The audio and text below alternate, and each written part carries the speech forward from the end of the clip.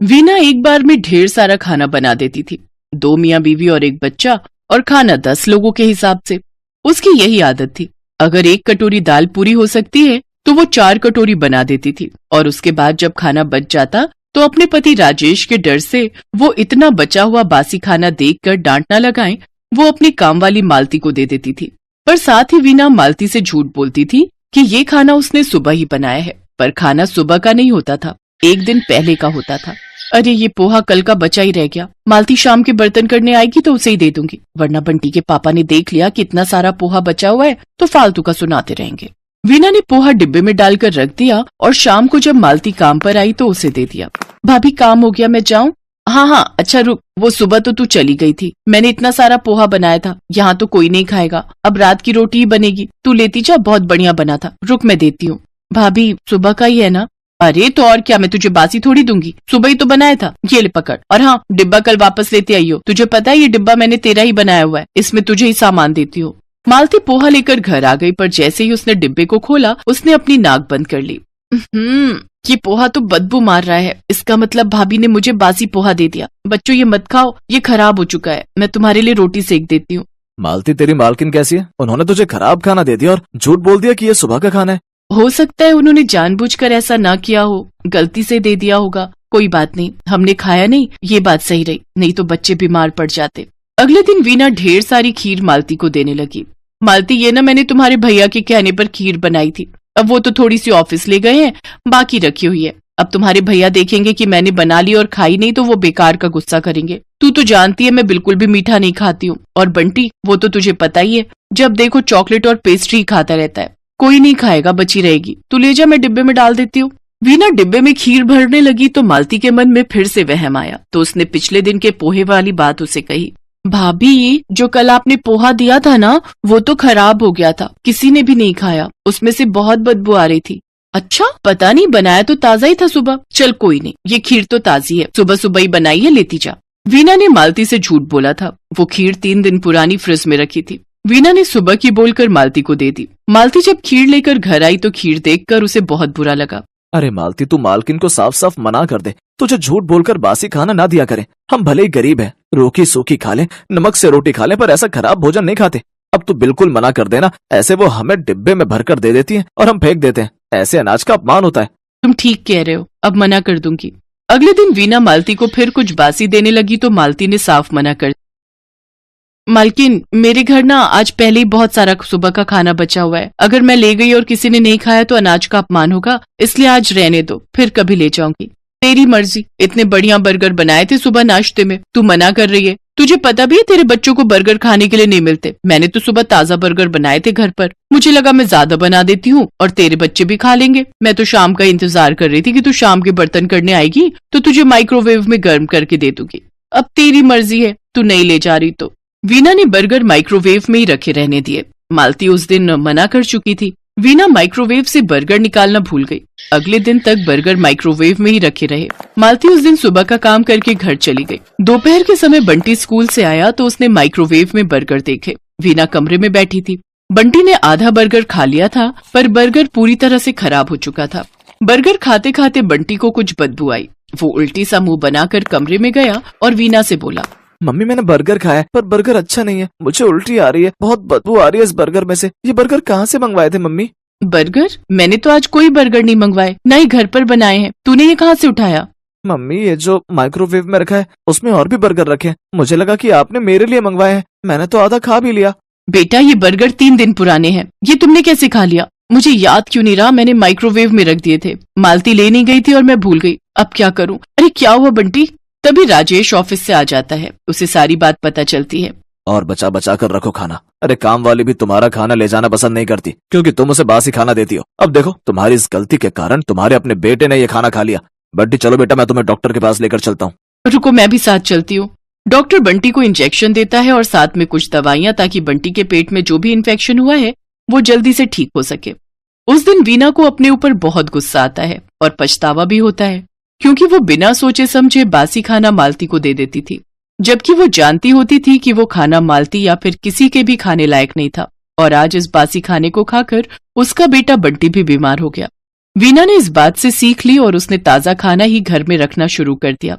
मालती, ये देख, हरा छोलिया आया हुआ है, बहुत सारा। मैंने सुबह ही आलू डालकर बनाई थी। सब्जी खाकर बता कैसी बनी है। अगर अच्छी लगेगी तो थोड़ी घर पर भी पैक करके दे दूंगी।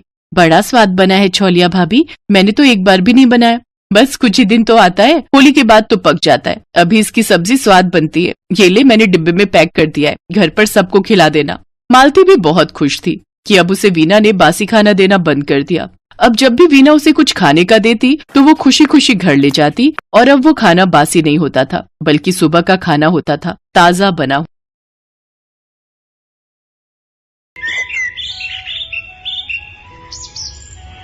नूरपुर गांव में रहने वाली सीमा और अंकु दो भाई बहन थे। वो बचपन से ही अनाथ थे। उनके माता पिता का देहांत कई साल पहले हो गया था। वो दोनों कूड़ा बिनने का काम करते थे।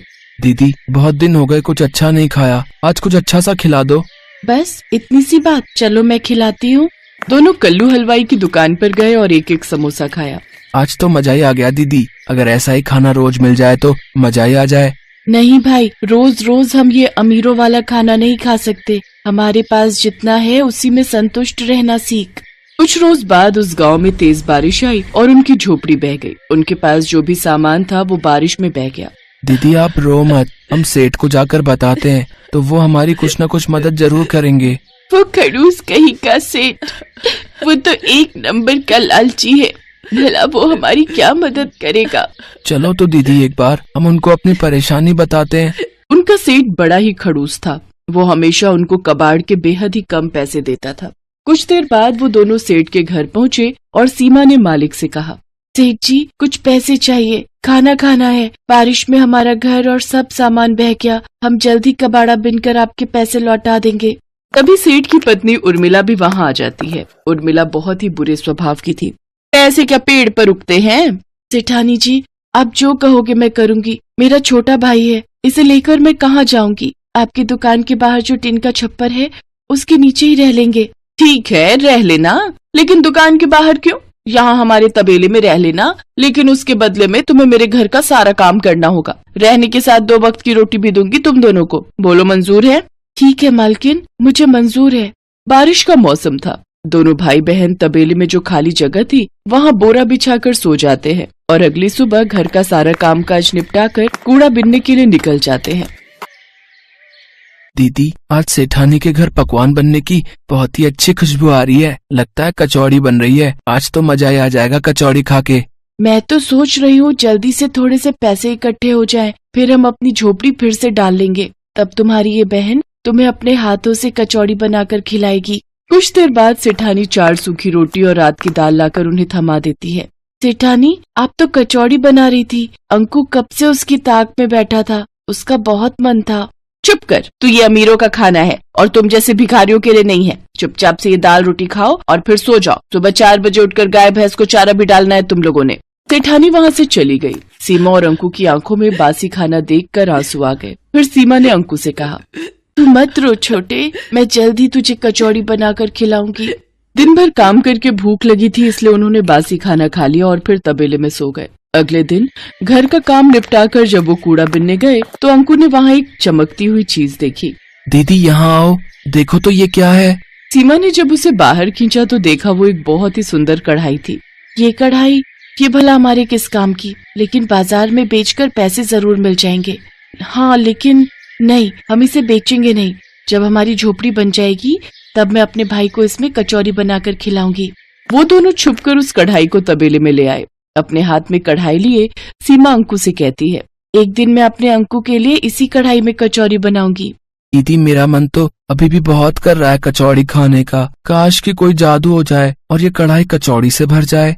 उसके इतना कहते ही वो कढ़ाई कचौड़ियों से भर गई। दोनों भाई बहन ये चमत्कार देखकर हैरान थे। इसका मतलब ये कोई जादुई कढ़ाई है, इसीलिए इतना चमक रही है। मैं एक बार और कहती हूँ, काश कि जल्दी से कोई जादू हो जाए और ये कढ़ाई मिठाई से भर जाए। उसी पल वो कढ़ाई मिठाई से भर जाती है। दीदी, इसमें तो सचमुच मिठाई आ गई। मुझसे तो अब इंतजार नहीं हो रहा। सेठ सेठानी भी सो गए हैं। चलो अब जल्दी से ये खाना खा लेते हैं। उन दोनों ने सेठानी का दिया हुआ खाना भैंस को डाल दिया और पेट भरकर वो पकवान खाए। फिर उस कढ़ाई को ले जाकर तबेले में घास के नीचे छुपा दिया। जब भी उन दोनों को भूख लगती वो कढ़ाई से अपना मनचाहा खाना मांग लेते। साथ ही सेठानी का दिया हुआ बासी खाना गाय भैंस को डाल देते। अगले दिन उन दोनों की सेहत को देख सेठानी अपने कमरे में सेठ जी से कहती है, इन दोनों को तो मैं बासी खाना देती हूँ, फिर भला इनकी सेहत पर कोई असर क्यों नहीं हो रहा? ये दोनों तो दिन पर दिन फूलते ही जा रहे हैं। सही कहा भाग्यवान। मैं भी देख रहा हूँ कि कुछ दिनों से इनकी सेहत बहुत अच्छी हो गई है।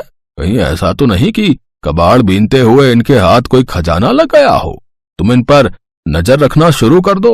इसके बाद सेठानी ने उन पर नजर रखना शुरू कर दी और उसे उनकी उस जादुई कढ़ाई के बारे में पता चल गया। भाई, आज जो तेरा मन है इस जादुई कढ़ाई से मांग ले। काश की कोई जादू हो जाए और ये कढ़ाई मैगी से भर जाए। पल भर में ही वो कढ़ाई ढेर सारी मैगी से भर जाती है। दोनों भाई बहन बड़े मजे से उसे खाते हैं।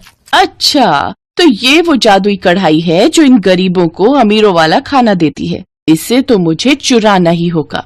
अगले दिन मौका मिलते ही सेठानी ने वो कढ़ाई निकाल ली।